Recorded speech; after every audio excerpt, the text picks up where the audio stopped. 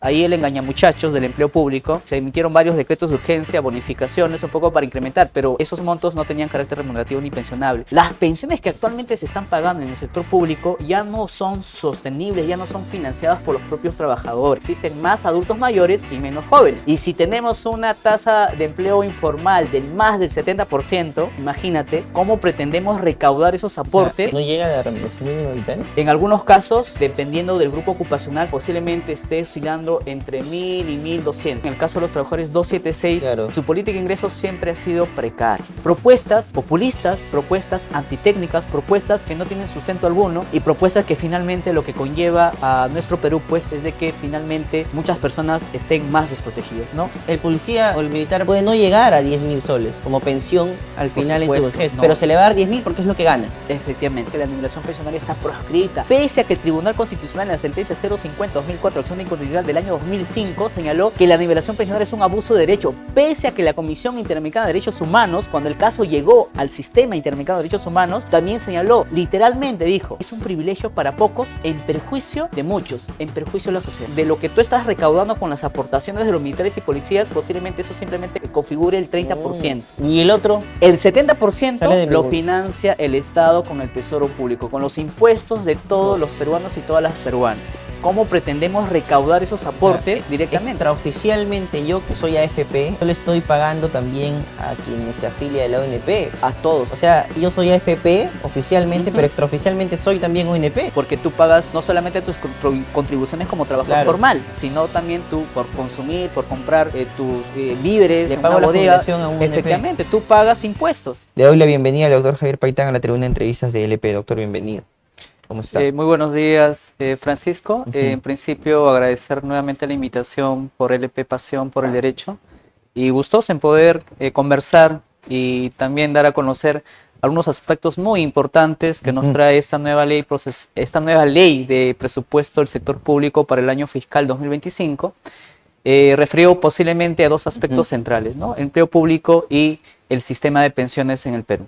Correcto, correcto. Hay que recordarle al público que el doctor Javier Paitán es docente también aquí en el EP Pasión por el Derecho, en el diplomado que estamos lanzando en Derecho Laboral y Gestión Legal de Recursos Humanos. Toda la información la pueden encontrar en la página web lpderecho.p. Si se matriculan dentro de estas semanas hasta antes de enero, hay una fecha límite, pueden llevarse estos 4 libros de obsequio por parte de LP, que tienen el sello editorial de LP Pasión por el Derecho y beneficio del pago en 2 cuotas. Toda esa información y más, nuestra plana docente, el bloque temático, etcétera, la pueden encontrar en nuestra página oficial lpderecho.p. Empecemos, doctor Javier Paitán. A ver, la ley de presupuesto para el año 2025 se ha aprobado por el Congreso. ¿Qué novedades nos trae esta ley para todo el sector público? Bastante interesante esta ley ya recientemente aprobada por el Congreso, que estamos a la espera de su pronta publicación en el Diario Oficial del Peruano, y trae novedades en el empleo público. Principalmente, y esto de cierta forma tenemos que estar atentos, principalmente las oficinas de recursos humanos o quien haga sus veces de las diferentes entidades públicas en cuanto a los trabajadores CAS. Correcto. Esta nueva ley ha dispuesto que aquellos trabajadores CAS que tienen registro sostenible en el aplicativo informático centralizado de planillas y datos del sector del sistema de recursos humanos del sector público, llamado AIRS, para un poco resumir el nombre de esta plataforma muy importante y que está bajo la administración del Ministerio de Economía y Finanzas. Aquellos trabajadores CAS que tienen este registro sostenible van a pasar a ser trabajadores CAS a plazo indeterminado. La norma no establece la revisión alguna de que si estas labores son de naturaleza permanente o no. Entendería que todos estos registros CAS que son sostenibles ya son labores consideradas como de naturaleza permanente, por lo cual esta norma dispone que hasta el 20 de diciembre, ojo, hasta el 20 de diciembre, las oficinas de recursos humanos o quien haga sus veces tiene que hacer la identificación de estos registros para luego, posteriormente, y esto a nivel de gestión, tendrán que emitirse las correspondientes adendas para que se pueda precisar literal y expresamente, y para seguridad sobre todo de los trabajadores y las trabajadoras CAS que van a ser contratadas o van a tener un contrato CAS a plazo indeterminado. Es decir, para ser muchísimo más claros, el plazo indeterminado les va a dar estabilidad o más tranquilidad en el puesto. Por supuesto. No se los va a poder despedir, o sí, excepcionalmente. Una vez que adquieren la estabilidad laboral, ellos de cierta forma, hay que precisar que no existe la estabilidad laboral absoluta, sino la relativa, porque siempre está sujeto a las causales de extinción del contrato CAS, dentro de los cuales está, por ejemplo, el tema de la renuncia, ¿no? Y en otros aspectos también como la comisión de faltas graves. Correcto. Pero eso significa que un grupo o todos los CAS de determinado régimen van a pasar a ser indeterminados. Se entiende, en función a lo que establece la norma, todos los trabajadores CAS que a la fecha o al 20 de diciembre de 2024 tienen el registro denominado o llamado registro sostenible en este aplicativo AIRS. Este aplicativo AIRS, un poco para que la audiencia pueda tener conocimiento, es un aplicativo muy importante y que de cierta forma en este aplicativo informático centralizado de planillas y datos de los recursos humanos del sector público está señalado o están incorporados todos los trabajadores que laboran en el Estado y todos los ingresos. Además, en el caso de los CAS hay dos tipos de registro. Un registro que se llama sostenible. ¿Qué quiere decir?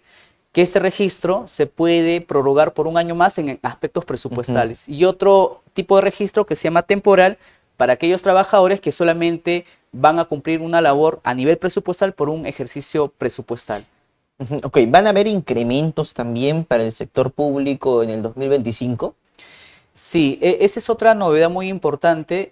Se decía por algunos dirigentes sindicales que posiblemente el convenio colectivo centralizado suscrito el 30 de junio de este año no se iba a implementar, ejecutar, en el cual se establecieron varios aspectos en favor de los trabajadores y trabajadoras, como por ejemplo incrementos, reajustes en algunos conceptos de los trabajadores 276, K728 y algunos regímenes laborales especiales, como es el caso de los trabajadores penitenciarios y también de los funcionarios diplomáticos.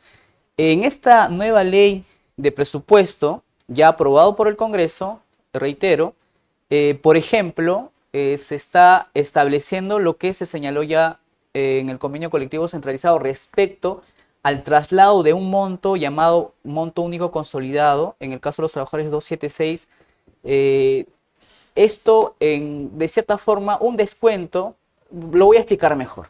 El régimen laboral 276, en su política de ingresos que data desde fines del año 2019, tiene una política bastante interesante. Tienen tres conceptos que reciben todos los trabajadores 276. Monto único consolidado, que es el único monto que tiene carácter remunerativo y pensionable. Beneficio extraordinario transitorio, que es aquel concepto que integró todos los ingresos que percibían los trabajadores 276, pero que no tiene carácter remunerativo y pensionable y no está sujeto tampoco a cargas sociales. Y finalmente, lo que se denomina es incentivo CAFAE. Un primer aspecto que abordó el convenio colectivo y que nuevamente se refleja en la ley de presupuesto es que aquellos trabajadores 276 que reciben MUC-BED, del BED que reciben hasta máximo 200 soles va a formar parte o se va a trasladar al monto único consolidado. ¿Y esto por qué? Y es un poco también para que se pueda tener en cuenta de la importancia de esta regulación. El monto único consolidado a la fecha posiblemente no llega a la remuneración mínima vital. ¿Por qué? Porque los trabajadores 276, su política de ingresos no está en función a la remuneración mínima vital, que sí está en el caso de los trabajadores 728 y régimen CAS. ¿No llega a la remuneración mínima vital? En algunos casos, dependiendo del grupo ocupacional, si son, por ejemplo, profesionales o tienen el nivel remunerativo de funcionarios, posiblemente esté oscilando entre 1.000 y 1.200, en algunos casos específicos. Pero, ¿qué quiero decir con eso? El régimen 276, para que tú establezcas y digas cuál es el ingreso mínimo básico que tiene que recibir, no está contemplado que tiene que ser en función a la remuneración mínima vital. Es decir, su política de ingresos puede estar debajo de 1.025 soles actualmente. Y en algunos casos están. ¿Debido a qué? Su propia regulación. Recordemos que el régimen 276 es una norma que nace en los años 80. Ya. Y esta norma en los años 80 Y recordemos que en los años 90 las leyes de presupuesto empezaron a prohibir el incremento, reajuste de las remuneraciones. Y de cierta forma, en el caso de los trabajadores 276, Claro. su política de ingresos siempre ha sido precaria. Ya, pero eso uno podría decir, ¿no? An- hace 10, 15 años, la remuneración mínima vital creo que era 735 o 50 Ujú. soles. Entonces claro, el régimen 276 en aquellos años no estaba por debajo de la remuneración mínima vital. Ahora, sí, eso no la ha tornado inconstitucional con el tiempo. ¿No? Eh, Inconstitucionalidad sobrevenida a lo mejor. Por supuesto, ¿no? Y es un aspecto también que poco se discute y por ende la importancia de que existan muchos especialistas sobre empleo público, ¿no? Que no es hablar solamente sobre régimen laboral privado, sino hablar de empleo público es conocer el régimen laboral de la actividad privada, pero además también conocer otros regímenes laborales, como es el caso del 276, CAS, actualmente la ley de servicio civil, pero ahí no se reduce el empleo público, también hay otros regímenes laborales especiales, el caso de los militares y policías, Mm. profesionales de la salud, funcionarios diplomáticos, entre otros, pero además ahí no termina eso, ¿no? Tenemos también otras modalidades de contratación, como es el caso del personal altamente calificado para labores de naturaleza directiva, ¿no? Ujú. Jefes, por ejemplo, recursos humanos de áreas jurídicas y el personal que está contratado con un fondo de apoyo gerencial, FAG, entre comillas, personal calificado, especializado en determinados temas. Ahora, una ¿Por qué? pregunta. El Adelante. 276 de personas que tienen esa remuneración, ¿son personas contratadas hace 30, 40 años? Efectivamente, y que están cesando, que están pasando al cese. O sea, ¿hoy se contrata con 276 con Actualmente, esas condiciones? y también esto es un tema que ya se viene abordando en la ley de presupuesto por varios ejercicios presupuestales anteriores y que se replica y se va a replicar también para el 2025. El ingreso del personal 276 está prohibido en la condición de nombrado. ¿Qué quiere decir un nombrado? Ujú. Un nombrado es aquella persona que ingresa a régimen 276, ingresa a la carrera administrativa y su ingreso se refleja o se concretiza con la emisión de una resolución ya sea ministerial, directoral, dependiendo de la entidad donde uno se encuentre. Entonces, esta persona, lógicamente, previo a un concurso público de méritos, en su momento ingresó en la condición de nombrado.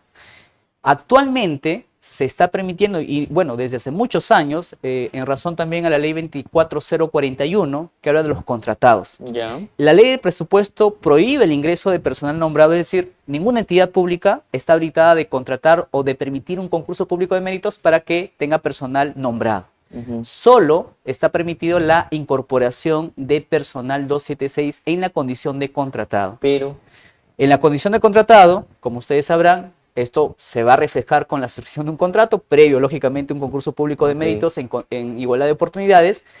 Aquella persona que ingresa en la condición de contratado puede estar 3 meses, 4, 5, Sí. 6. Ahora, tenemos la ley 24041. Esta ley 24041, y que de cierta forma ha sido también revivida porque había sido derogada anteriormente, ¿no? Esta ley permite que esos trabajadores 276 contratados, en tanto desarrollen actividades de naturaleza permanente, más de un año de manera ininterrumpida, adquieran la estabilidad laboral. Entonces, actualmente tenemos muchos trabajadores contratados y esa es otra novedad que trae la ley de presupuesto, sin antes mencionar lo que tú me preguntabas sobre la política de ingresos. Antes del 2019, finales de 2019, la política de ingresos del personal 276 era un haber básico, una remuneración transitoria y otros conceptos más. El único concepto que tenía carácter remunerativo y pensionable, afecto a las cargas sociales y también que servía para el cálculo de los beneficios sociales, era el haber básico. Este haber básico, ¿en cuánto importaba? ¿Cuál Sí. era el monto? Montos que inclusive no pasaban de los 100 soles o 200 Ok, soles. o sea, con lo cual yo lo puedo decir, ¿no? Condenado a recibir una pensión bajísima. Si estás en una AFP y eres trabajador 276, por supuesto. Si estás en la oficina de normalización previsional, La estás UNP, ¿no? bajo, efectivamente, la UNP, bajo la regulación del decreto ley 19.990, posiblemente, si tú laboraste más de 30 años o 20 años, tengas una pensión mínima de por lo menos de 500 soles. ¿No? Entonces, Que dependerá también. también mucho, y ahí se interrelaciona pues el derecho laboral y también el derecho a la seguridad social, ¿no? Las dos caras de una misma manera, como siempre señalo en las aulas universitarias, en el que importa bastante dónde tú estás trabajando, qué tipo de ingreso, cuál es el importe, porque finalmente esto se refleja en los temas también pensionarios. Y como te decía, el haber básico era, pues, imagínate, ¿quién podría vivir con ello? Pero claro, ahí el engañamuchachos del empleo público, bueno, los otros beneficios, y se emitieron varios decretos de urgencia, bonificaciones, un poco para incrementar, pero esos montos no tenían carácter remunerativo ni pensionable. Y también el CAFAE, el famoso incentivo laboral CAFAE. Para los 276. Para los 276. Con el incentivo único CAFAE, muchas personas, por ejemplo, como haber básico, recibían 200 soles. CAFAE y otros beneficios más, 7.000, 8.000 soles. Entonces, mes a mes, los trabajadores 276 tranquilos, pero al momento de pensionarse, y si estaban en una AFP, pues ahí la sorpresa. Desde el 2019, fines de 2019 en adelante, la política de ingresos cambia, varía. El MEF establece que el monto único consolidado que tiene carácter remunerativo pensionable ya no va a ser esos montos pues ínfimos, ¿no? Paupérrimos. Imagínate quién podría vivir con ellos, sino se va a establecer escalas de acuerdo al grupo ocupacional, auxiliar, técnico, profesional y el nivel remunerativo funcionario. Y el mismo MEF estableció una escala, pero esa escala inclusive no llegaba a la remuneración mínima vital. Entonces, hablar de la política de ingresos del régimen 276 es totalmente distinto a hablar de la política de ingresos de los trabajadores CAS o 728. ¿El 276 es el más precario? A la fecha, desde mi punto de vista... En términos de conceptos de remunerativos y pensionarios, ¿no? O sea, independientemente de los bonos y todo eso en ese sentido. Por supuesto, porque su política de ingresos siquiera está fijado en la remuneración mínima vital. Como tú indicabas, una acción de inconstitucionalidad sobrevenida. Y bueno, ya abiertamente, manifiestamente, pues, vulnera lo que establece la Constitución, el artículo 25. ¿Y quiénes ¿no? son contratados por el 276? ¿Personal administrativo? El régimen 276 es un régimen laboral general, transversal, es decir, puede existir 276 en el gobierno nacional, ministerios, por ejemplo, gobierno regional o también los gobiernos locales, las municipalidades. Asistencias legales. Por supuesto, depende también mucho, depende mucho de los documentos de gestión interna. Y ahí un poco también, cuando uno conoce o en todo caso se introduce al estudio análisis del empleo público, no solo basta con conocer también los regímenes laborales, sino también es importante conocer el derecho administrativo y también la gestión pública. ¿Por qué? Porque cuando uno ingresa a una entidad, esa entidad tiene una realidad totalmente distinta a otra entidad. Y si hablamos de niveles de gobierno, con mayor razón. Y ahí tenemos que nosotros verificar, por ejemplo, el manual de clasificador de cargos, en el cual se establece qué tipo de trabajadores con cargos estructurales existen en esta entidad. Por ejemplo, un especialista, que puede ser economista o que puede ser también una persona con formación jurídica. O también, por ejemplo, tenemos el caso del cuadro de asignación de personal provisional, en el que también está establecido cuántos cargos estructurales de acuerdo a mi manual de clasificador de cargos tengo, si tengo 1 o 2 ocupadas vacantes. Y finalmente, en el tema de los ingresos, tenemos el presupuesto analítico de personal llamado PAP. Entonces, en función de esos documentos de gestión interna, yo podré verificar qué tipo de personal 276 puede incorporar. Te comento un caso muy particular, por ejemplo, en un sector muy importante que es el sector de relaciones exteriores. En sus documentos de gestión interna de hace años, estoy hablando, se había previsto, por ejemplo, que existiera personal con la denominación o con el cargo estructural de criptólogo. ¿Perdón? Criptólogo. Criptólogo. Efectivamente. Entonces uno se preguntará, un criptólogo en pleno siglo XXI y de acuerdo pues a los cambios grandes que acontece pues a nivel mundial y en el propio sector público, ya pues venimos implementando el tema de la era digital, las plataformas digitales, entre otros aspectos, ¿no? Una modernización también del Estado que se da desde el año 2010 hasta la actualidad. Entonces, estas entidades tenían trabajadores 276 para incorporar en esa, en esa denominación, en ese cargo estructural, pero sucede pues que nunca pudieron incorporar, para lo cual ellos tuvieron que hacer las modificaciones correspondientes a sus documentos de gestión interna para adecuarlo a las necesidades actuales de la institución. Entonces, respondiendo a tu pregunta, cada entidad determina la necesidad de servicio, la necesidad de personal, y en función a eso, tienen la posibilidad también de poder adecuar sus documentos de gestión interna, pero eso, ojo, no implica crear una nueva plaza. O sea, ¿habría gente contratada como criptólogos? En el pasado sí. ¿Y en el presente? Actualmente no. Ya esta labor, pues, lamentablemente, con todo lo que, inclusive el tema de usar los expedientes en físico, pues, en el plano judicial, está ya casi en desuso. ¿Qué pasó con ese puesto? Es decir, hicieron las modificaciones. Y muchas entidades seguramente, y ahí hablo de gobiernos locales principalmente, tienen también algunos cargos estructurales que ya no pueden o ya no existe para poder brindar ese servicio público que muchas entidades también lo hacen. Ujú. O sea, Entonces, había un presupuesto destinado para criptólogos hasta el momento en el que advertiste que ese puesto existía.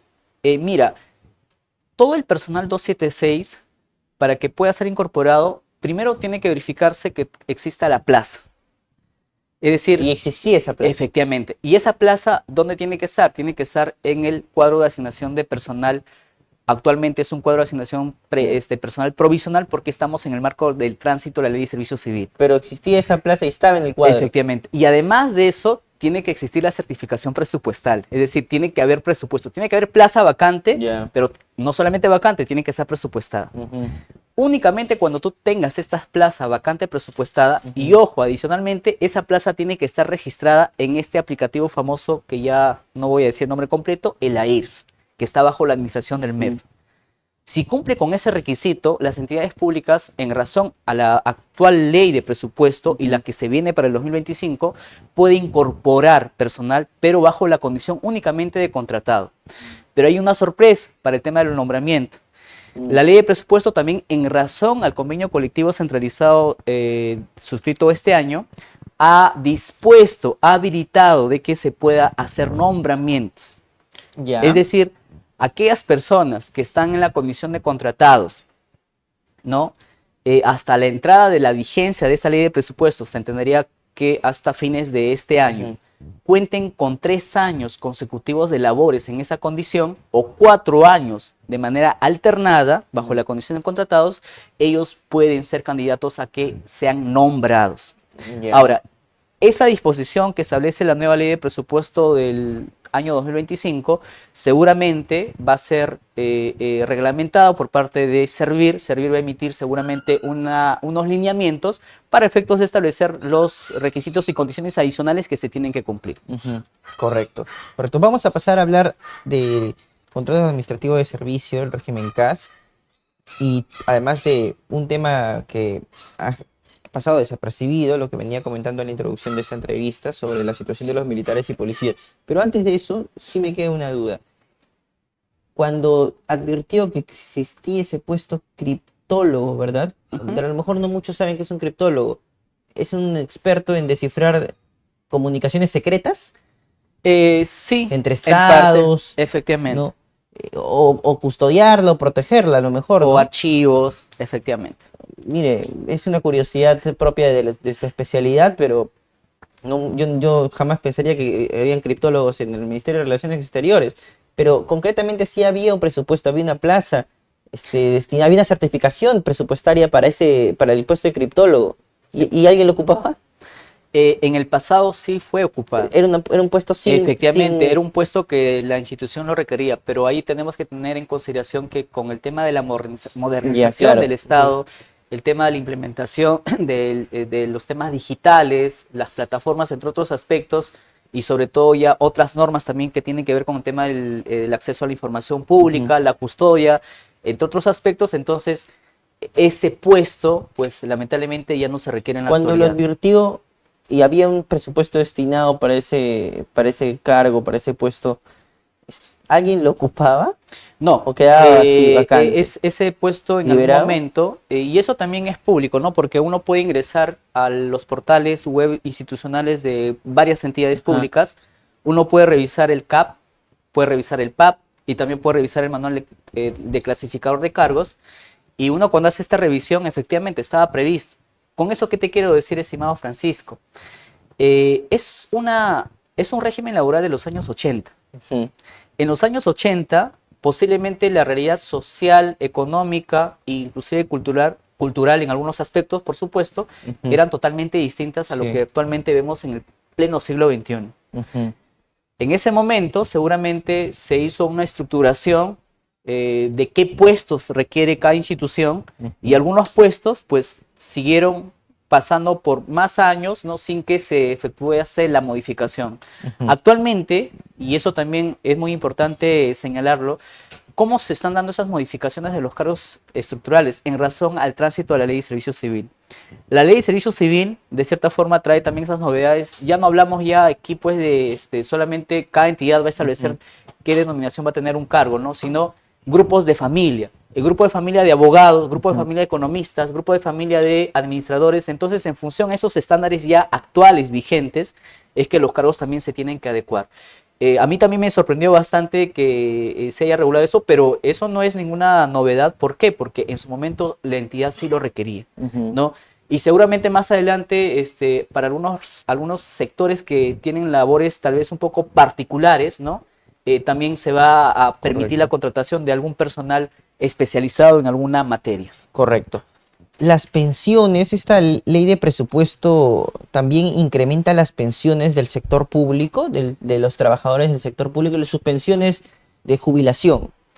Un poco para poder también la audiencia tenga conocimiento de lo que acontece en nuestro sistema de pensiones a nivel general. Hace poco se emitió la nueva ley de pensiones, ¿no? Y en esta nueva ley de pensiones, también promulgada por el Congreso, que no fue observada por el Ejecutivo, aunque el Ministerio de Economía y Finanzas sí tenía varias observaciones, hay que también decirlo, sobre todo en el aspecto del financiamiento, de lo que esto costaba a la sociedad peruana.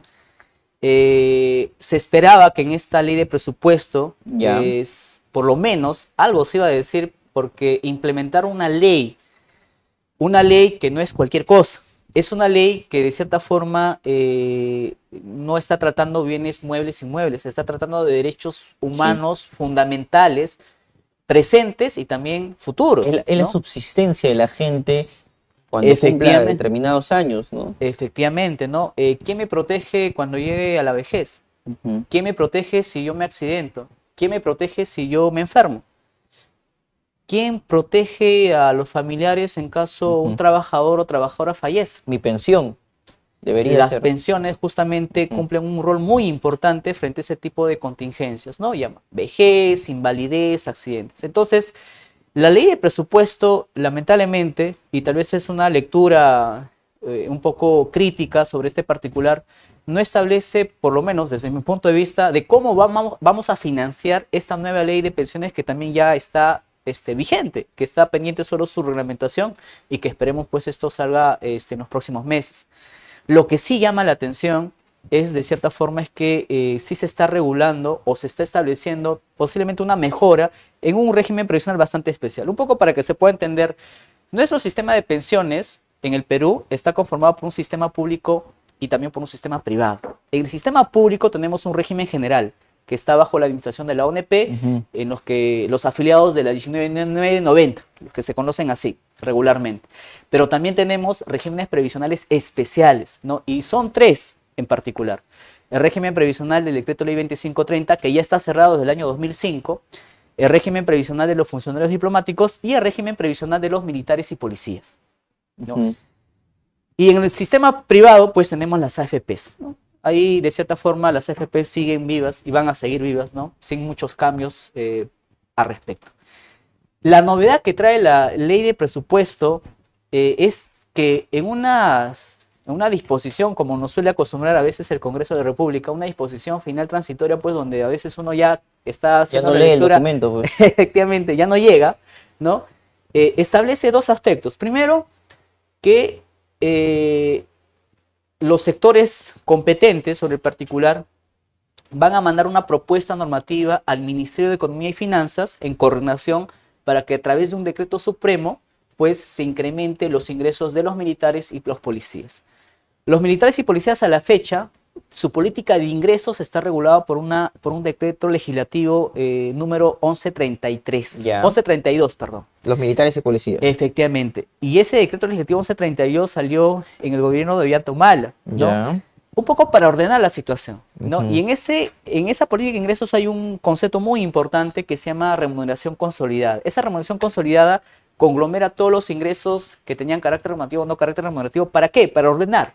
Y sobre todo para no perjudicar a los militares y policías, porque esa remuneración consolidada tiene carácter remunerativo y pensionable. De ahí se va a hacer el descuento para que vaya a su NP. En este caso, los militares y policías, ellos, quienes administran sus pensiones, es esta entidad llamada la Caja de Pensión Militar Policial. Se va para la caja. La caja, Se efectivamente. va para la caja. ¿No? Entonces, la nueva ley de presupuesto primero dice, vamos a incrementar la remuneración consolidada. Ya. Y lo van a hacer hasta en 3 oportunidades durante todo el 2025, ¿no?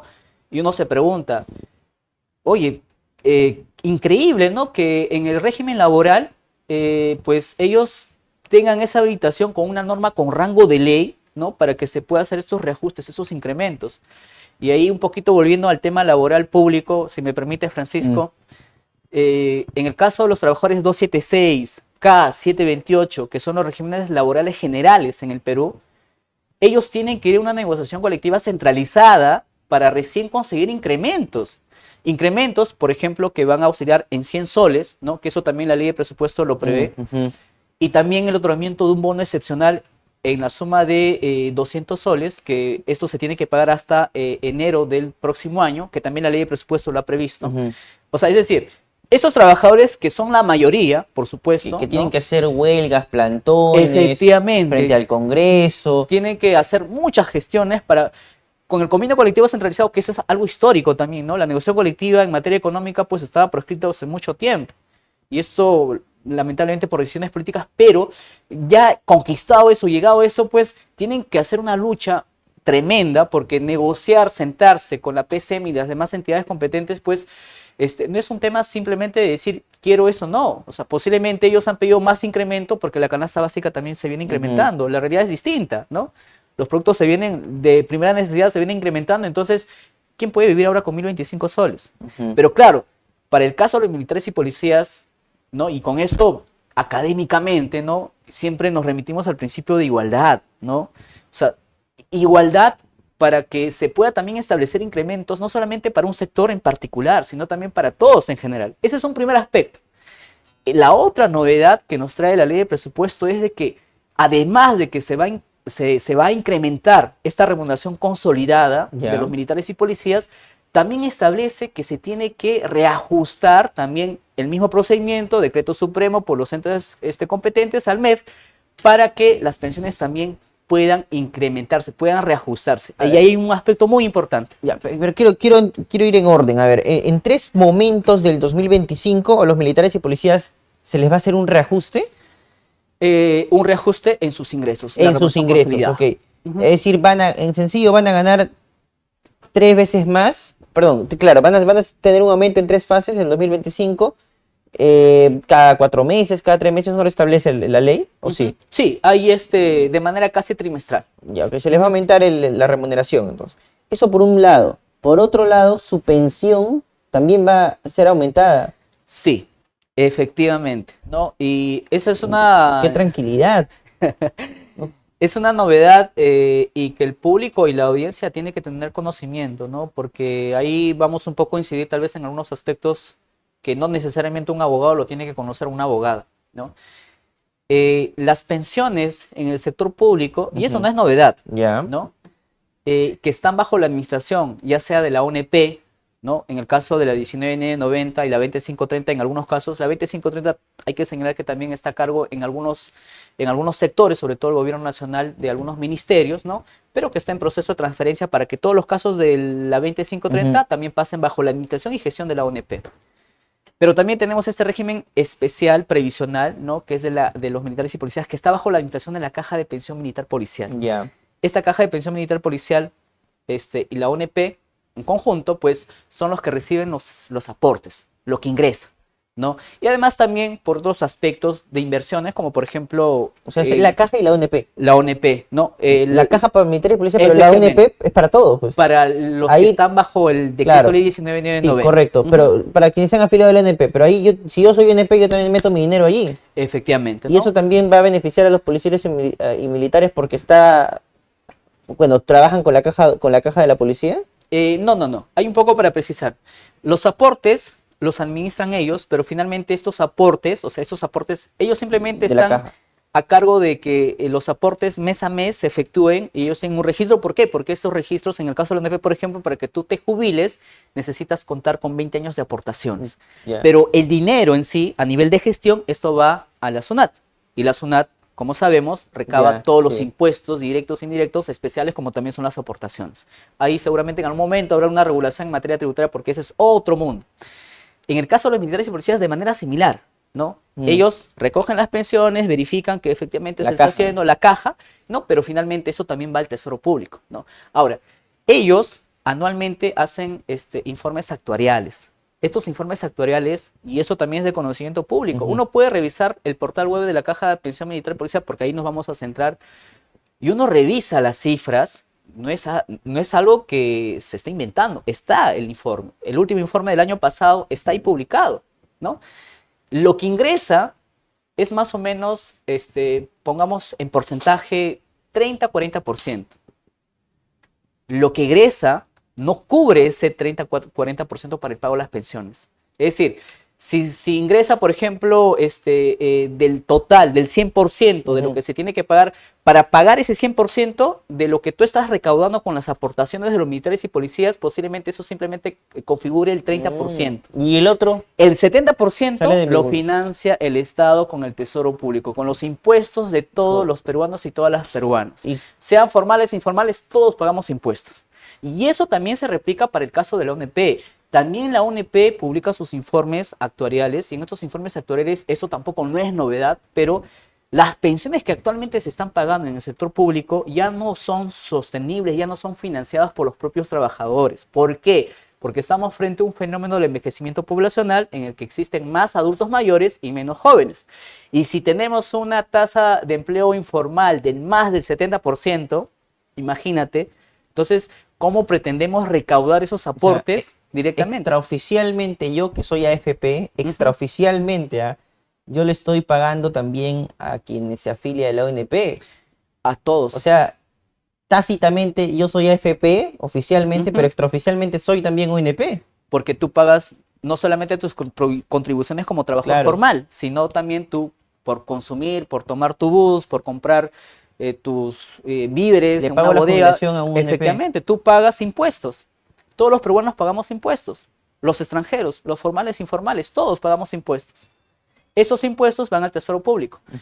Y de cierta forma, ahí se requiere un sinceramiento. ¿Por qué? Y ahí, volviendo al tema de los militares y policías. Ya de por sí, la Caja de Pensión Militar Policial ha señalado que la caja está en crisis. No existen los fondos suficientes para poder seguir pagando las pensiones. En el caso de los militares y policías se agrava más la situación. ¿Por qué? Porque ellos tienen a la fecha dos regímenes previsionales. Dos normas que regulan su régimen previsional Madre mía. especial. Una norma que data de los años también 70, el decreto ley 19846, en el que se establecía el pago de las pensiones también renovables, que es igual a pensiones nivelables, ¿no? Y que esto pues ha ido entre idas y venidas porque recordemos que en el Congreso se emitieron varias normas sobre el particular, uno ordenando, cerrando este régimen en época de Ollantumala con el decreto ley 1133. Se cierra definitivamente el decreto ley 19846. Ahí siempre una pregunta que es, en algunas ocasiones se hace en las salas universitarias. ¿Un régimen previsional se puede derogar o no? No se puede derogar. ¿Por qué? Porque este régimen previsional, en el tiempo que estaba vigente, tiene afiliados y esos afiliados en ese tiempo posiblemente algunos han cumplido los requisitos para que accedan a las pensiones que establecía esa norma. Entonces, un régimen previsional solamente se puede cerrar. Este régimen previsional del decreto ley 19846 se cerró, ¿no? Con el decreto legislativo 1133 y con el decreto legislativo 1133 se creó otro régimen previsional para aquellos militares y policías que ingresaban, esto casi a finales del año 2012, ¿no? Para que esas personas que están ingresando recién a este fuero, esas personas tengan un nuevo régimen laboral, pero también un nuevo régimen previsional, en el que se establecía el tope de pensiones de 2 UITs máximos. Eso agrava la situación de la caja, me comentabas, porque tienen dos regímenes previsionales. Es decir, hoy los militares y policías, sus pensiones no las entrega íntegramente la caja, no se las... Para el financiamiento, Porque está en crisis. Los aportes de los que actualmente están trabajando y los que forman parte todavía del decreto ley 19846, que son poquísimos, ¿no? Porque la gran mayoría ahora forma parte del decreto legislativo 1133. Ok, sus pensiones, al final, en su vejez, pongámonos en ese supuesto, no lo paga la caja, no se las da la caja. En porcentajes, un 30%. Más del 70% o más del 50%, pongamos así mejor, no. Lo paga el Estado, el Tesoro Público, y no las aportaciones de los militares y policías. Es decir, no el financiamiento a través de esas aportaciones y ahora o inversiones. Que se le va a aumentar la remuneración en 3 fases en el año 2025, ¿la caja va a ser sostenible? En el tema de las aportaciones, el porcentaje de lo que va a ir al fondo para que esto finalmente sea repartido y pueda financiar las pensiones no va a cambiar en lo absoluto. ¿Por qué te digo esto? Porque una cosa es incrementar los ingresos, porque si tú tienes mayor ingreso, tu aportación, en el caso de los militares y policías a la fecha es 19%, ¿no? Pero ojo, ahí no solamente lo paga el militar o policía, sino también lo paga el Estado. El Estado paga una parte de los aportes pensionarios de los militares y policías, situación que no sucede en el caso de la 1990 a la 2530, en el caso de la AFP, por ejemplo, ¿no? Ese es otro gran aspecto a tomar en cuenta. Entonces, el incrementar los ingresos implica aportar más. Perfecto, hasta ahí estamos bien, pero el problema ¿dónde está? Aquellas personas que todavía están a la fecha recibiendo pensiones bajo el decreto ley 19846 y que algunos van a recibirlo porque todavía algunos están en actividad, pero ya van a cesar y se les va a aplicar esa norma. Esa norma ha sido tan discutida y que inclusive ha merecido pronunciamientos del Tribunal Constitucional, pero lamentablemente sin pronunciamiento de fondo, sino sobre forma, es decir, no se consiguieron los votos para que se declare inconstitucional una norma que revivía y restituía la nivelación pensionaria. ¿Qué es la nivelación pensionaria? Si, por ejemplo, un militar policial gana 10.000 soles, cuando este personal en actividad pase a la situación de retiro, va a ganar 10.000 soles. Si incrementa el monto del quien está en actividad y del que también ocupó ese cargo a 12.000, entonces la pensión va a ser 12.000. Así haya aportado 13.000, menos. El tema de las aportaciones en el caso de los regímenes previsionales especiales es bastante particular, ¿no? Ahí, de cierta forma, no se computa el tiempo de aportaciones, sino el tiempo de servicios que todas están en el Estado. O sea, el policía o el militar puede haber aportado, no sé, se me ocurre, dentro de ese 19%, no sé cuánto porcentaje lo paga el Estado, pero su cifra de aportes puede no llegar a 10.000 soles como pensión al final en su vejez, pero se le va a dar 10.000 porque es lo que gana. Efectivamente. Las aportaciones de los militares y policías es el 13% y el Estado el 6%. ¿Eso ocurre también con otros trabajadores del Estado? No, solo lo tienen ellos. ¿No ocurre con la ONP? En lo absoluto. En la ONP, sálvese quien pueda, uno mismo financia. Y mucho menos con la FP también para ciertos sectores. Mucho menos, ¿no? O sea, si queremos hacer la equiparación. Los únicos privilegiados son los militares y policías. Hay que decirlo, ¿no? ¿Es un privilegio o no? Efectivamente, es un privilegio que de cierta forma pues se consigue a pulso gracias a quienes actualmente están pues en el Congreso, y recordemos también quién fue el expresidente del Congreso de la República, ¿no? Sin ir mucho ahí ese aspecto, llama la atención este tema de reajuste de las pensiones. ¿Por qué? Porque habla específicamente de a los que sí se les reconoce la nivelación pensionaria, y ahí voy, ¿no?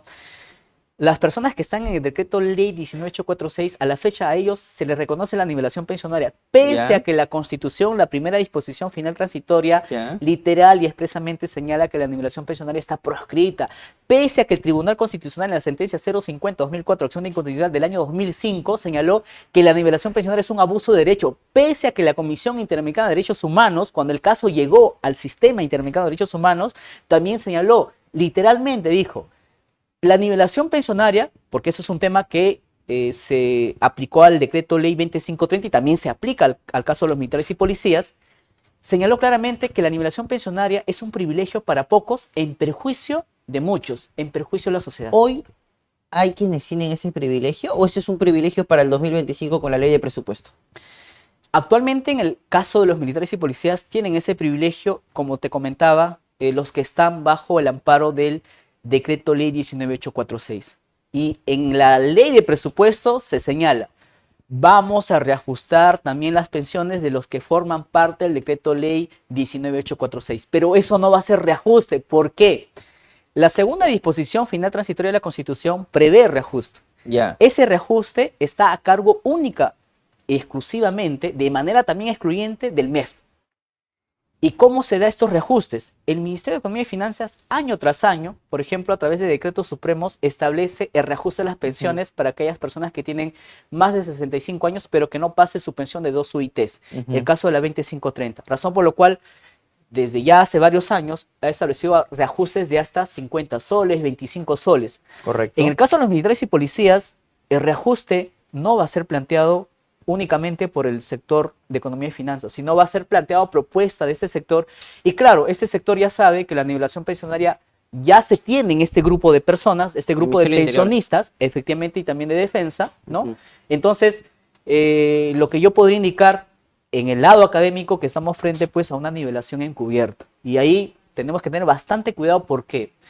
Porque esto afecta principalmente lo que se conoce como el principio de la sostenibilidad financiera o también el equilibrio presupuestal, que ha sido ampliamente desarrollado por el Tribunal Constitucional en varias sentencias, la que cité del año 2005, pero no solamente en esa, sino también en la sentencia cuando se discutió el caso de libre retiro de los aportes de la ONP. En su momento, cuando presidía el Tribunal Constitucional, la magistrada María Ledesma, ¿no? Ella también abordó varios aspectos sobre este principio. ¿Y por qué digo esto? Porque en el tema de las pensiones no solo basta una norma que indique vamos a hacer esto o lo otro.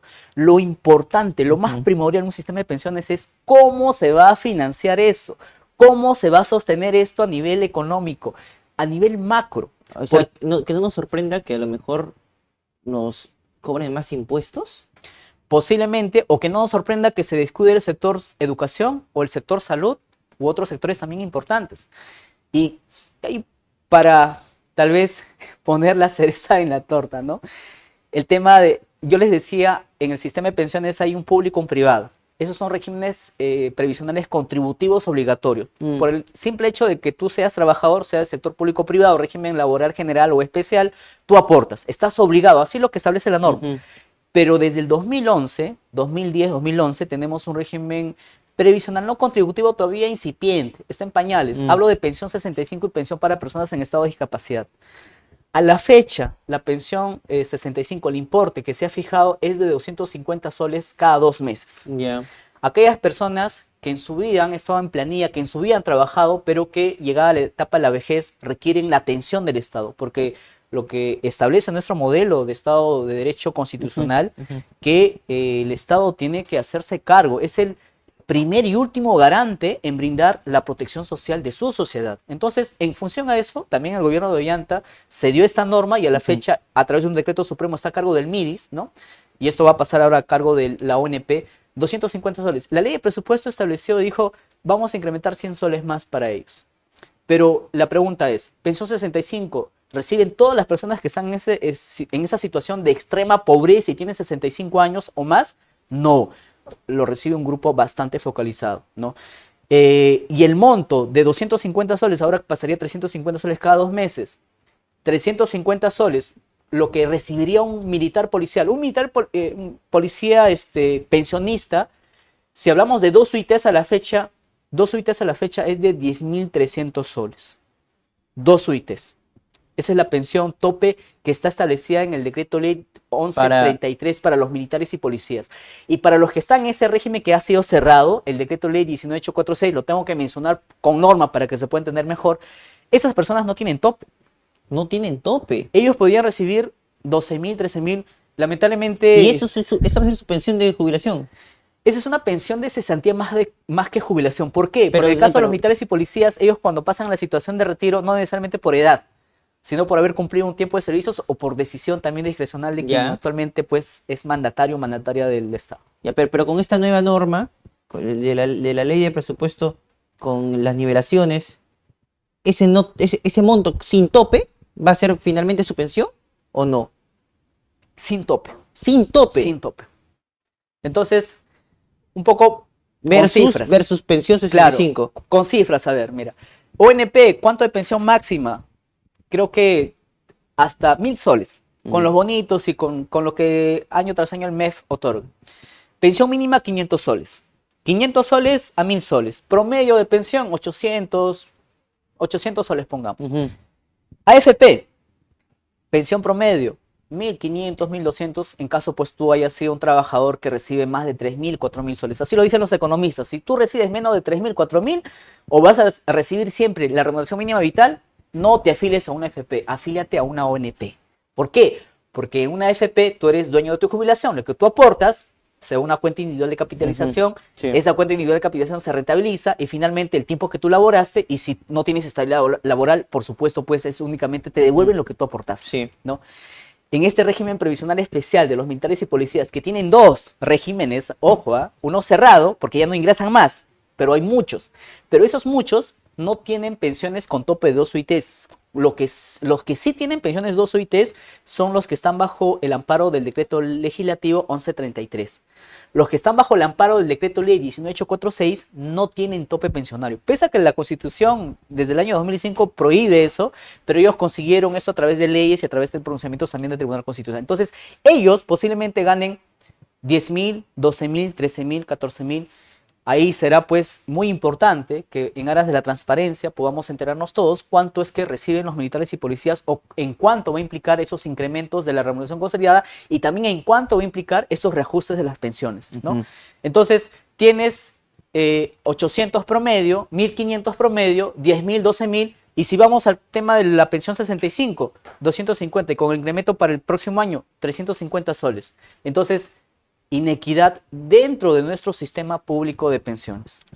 ¿Qué se puede hacer para evitar que, bueno, ya ha sido una ley, la ley de presupuesto ha sido aprobada por el Congreso, aún no ha sido publicada en el peruano? Todavía. Ok, pero es inminente la afectación porque esto es un trato diferenciado para policías y militares. Por supuesto, y no solamente para ellos, sino en realidad esto es una afectación y desde ya el Tribunal Constitucional en varias sentencias ha establecido que el Congreso de la República no tiene esa atribución de disponer y señalar pues que vamos a regular temas presupuestales que están bajo la competencia del Ejecutivo, ¿no? Del MEF. Del MEF, claro. Hay dos principios, ¿no? Un poco para que se pueda entender también. La seguridad social se sostiene por 4 principios, ¿no? Universalidad, protección para todos, ¿no? Solidaridad, que tiene que ver con el financiamiento. Todos aportamos para que todos finalmente estemos protegidos, ¿no? El tema de integralidad, que las pensiones sean recibidas en el tiempo que uno lo requiera. Si tú llegas a la vejez, pues de manera oportuna, eficiente, te llegue. Y claro, en el monto eso es discutible. Lamentablemente estamos en el Perú, en el que la informalidad impera, ¿no? Y otro aspecto también que tiene que ver con el tema de la unidad. La unidad en el sentido de que tiene que existir un ente que administre, regule y establezca los parámetros y pues no exista desorden en el tema de la gestión de las pensiones. Esto que denuncias o que denunciamos es gravísimo. ¿Podría eventualmente proceder algún recurso constitucional, un proceso constitucional contra una ley, contra un, bueno, para empezar es un prospecto de ley, porque no ha sido aprobado, no ha sido publicado en el peruano, no es por el Congreso? ¿Podría proceder un amparo ante la amenaza inminente? Por el tema del amparo, difícilmente, creo que la primera opción sería una acción de inconstitucionalidad. Pero aún no es ley. Efectivamente, aún no es ley. Cuando sea ley, posiblemente una acción de inconstitucionalidad, pero recordemos también cómo está conformado el actual Tribunal Constitucional y también recordemos pues que esta mayoría del Congreso finalmente es la que podría sacar otra ley y con esta ley pues si en caso no consiga o se espera un pronunciamiento desfavorable del Tribunal Constitucional, revierten la situación y sigan con lo que ya se han trazado, ¿no? El tema fundamental acá es el tema presupuestal, ¿no? Y para lo cual me parece que el ente competente del Ejecutivo tiene que de cierta forma establecer los parámetros que correspondan, ¿no? Ya lo decía también el presidente del BCR, ¿no? De cierta forma, estas situaciones de estar disponiendo, habilitando estas cuestiones que finalmente uno no está en contra de esta disposición. Uno, de cierta forma, lo que siempre augura en el marco del estudio de la seguridad social es que todos tengan pensiones dignas, ¿no? La OIT nos señala que las pensiones tienen que ser el equivalente al 40-45% de lo que tú recibas como ingreso. Posiblemente en los regímenes previsionales especiales sí se cumpla con esto que ha establecido la OIT en el convenio 102, las normas mínimas de la seguridad social. Sí. No, pero eso no debiera implicar de que solamente se esté regulando a un grupo, cuando este grupo no es el único que existe en el Perú, sino también hay otro grupo que es mayoritario, que también requiere de pensiones mayores acorde a nuestra realidad. Como pensión 65. Como pensión 65, por ejemplo. Y ese es otro tema también muy grave sobre, mencionaba los principios, el tema de la solidaridad, que tiene que ver mucho con la sostenibilidad financiera y el equilibrio presupuestal. Un sistema de pensiones o cualquier regulación, inclusive si yo planteo establecer el incremento en 20 soles, 30 soles, previamente tiene que existir un informe actuarial, un informe de sostenibilidad financiera. Si no existe ese informe, entonces estamos hablando de cualquier cosa, porque nosotros no podemos ser muy ligeros en abordar estos aspectos, porque finalmente eso lo que podría generar es una posibilidad, esperemos que no, una crisis de nuestro sistema de pensiones público. Y esta crisis del sistema de pensiones público podría generar que muchas personas que están en la ONP, que muchas personas que también están en pensión 65, pues finalmente no tengan pensión. Pero ya estamos en crisis, Javier. Ya estamos en crisis y esta crisis se va acrecentando más, y inclusive cuando el MEF hace las observaciones a esta propuesta antes que te mencionaba de los militares y policías, justamente lo que ponen en énfasis es esa situación, ¿no? Entonces, aquí el tema fundamental, Francisco, si me permites, es de que las personas, la ciudadanía en general, empieza a tomar conciencia por la importancia de la seguridad social. Muchos de nosotros decimos, esto también en el lado académico y en otros aspectos, también los dirigentes sindicales, ¿no? Es un derecho tener una pensión, es un derecho a la seguridad social, es un derecho humano, perfecto, es un derecho. Pero nos olvidamos de ese otro aspecto que es el deber, la obligación. En este deber, obligación de la seguridad social, ¿qué implica? Implica que la ciudadanía pues pueda tomar nota y también puede informarse, puede interesarse de este aspecto muy importante. Porque te indicaré que lamentablemente en el Perú no solamente tenemos una informalidad laboral del más del 70%, también tenemos una incultura de la seguridad social, porque pocos se interesan por ese tema. Y ese poco que se interesa ya lo vemos, ya lo estamos viendo, lo hemos visto también en el pasado, justamente en este tipo de propuestas. Propuestas populistas, propuestas antitécnicas, propuestas que no tienen sustento alguno y propuestas que finalmente lo que conlleva a nuestro Perú pues es de que finalmente muchas personas estén más desprotegidas, ¿no? Entonces ese es un aspecto a reflexionar bastante y desde ya pues invito a muchas personas que puedan informarse, puedan pedir información a sus AFPs, a la ONP. La ONP también actualmente está atendiendo por varios canales y también está brindando información importante porque una persona informada no puede ser engañada. Correcto. Muchísimas gracias, doctor Javier Paitán, por su presencia en la tribuna de entrevistas de LP Pasión por el Derecho. Hay que recordar que el profesor Javier Paitán va a ser docente también en LP Pasión por el Derecho, en el diplomado en Derecho Laboral y Gestión Legal de Recursos Humanos. Si te matriculas hasta el 9 de enero, te llevas estos 4 libros gratis del sello editorial de LP y el beneficio del pago en 2 cuotas. Hemos contado con la participación de Javier Paitán, un verdadero experto en Derecho Laboral y Seguridad Social, docente y consultor en estos temas. Me despido de todos ustedes, queridos amigos. Nos vemos en una próxima transmisión a través del portal jurídico más visitado de todo el Perú. Permiso.